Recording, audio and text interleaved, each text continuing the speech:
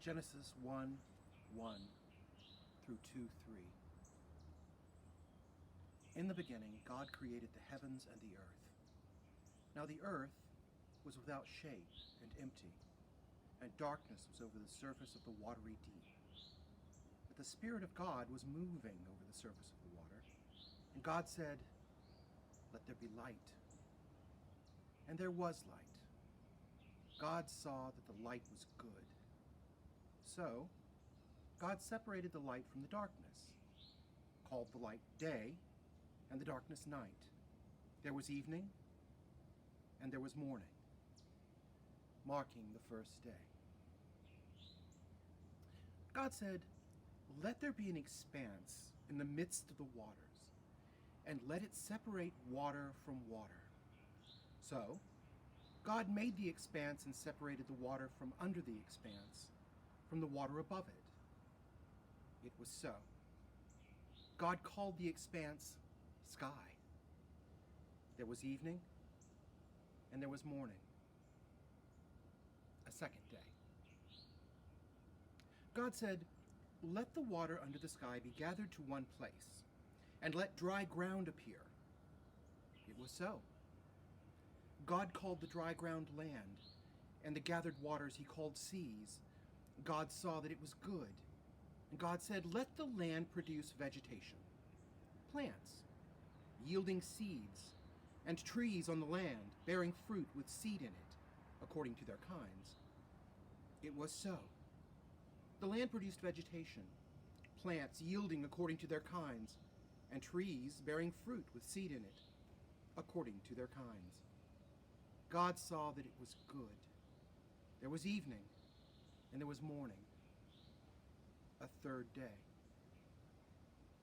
God said, "Let there be lights in the expanse of the sky, to separate the day from the night, and let them be signs to indicate seasons, and days, and years, and let them serve as lights in the expanse of the sky to give light on the earth."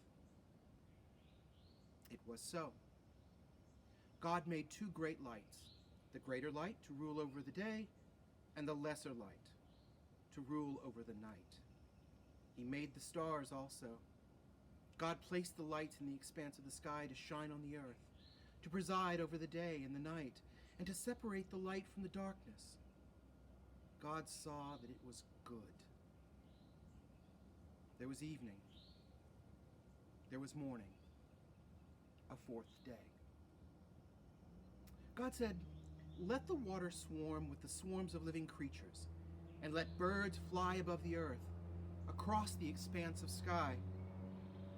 God created the great sea creatures, and every living and moving thing with which the water swarmed, according to their kinds, and every winged bird according to its kind.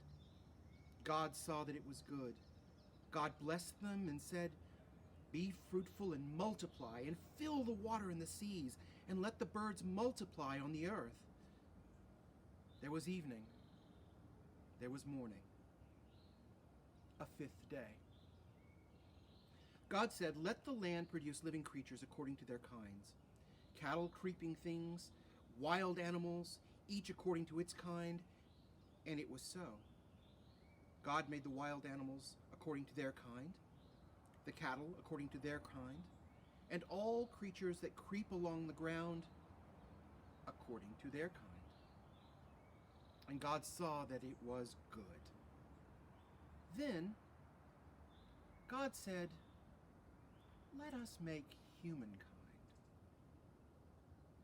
in his own image. In the image of God, he created them. Male and female, God created them. God blessed them and said to them, 'Be fruitful and multiply.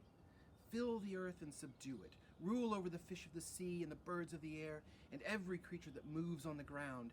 And then God said, 'I now give you every seed-bearing plant on the face of the entire earth, and every tree that has fruit with seed in it. They will be yours for food.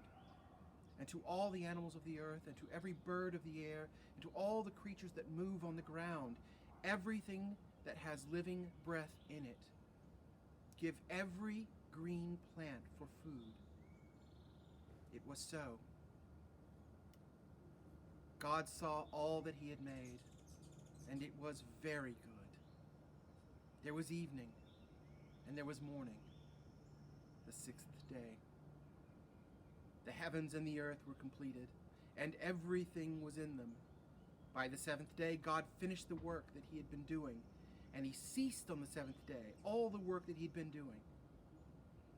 God blessed the seventh day, and he made it holy, because on it he ceased all the work that he had been doing in creation.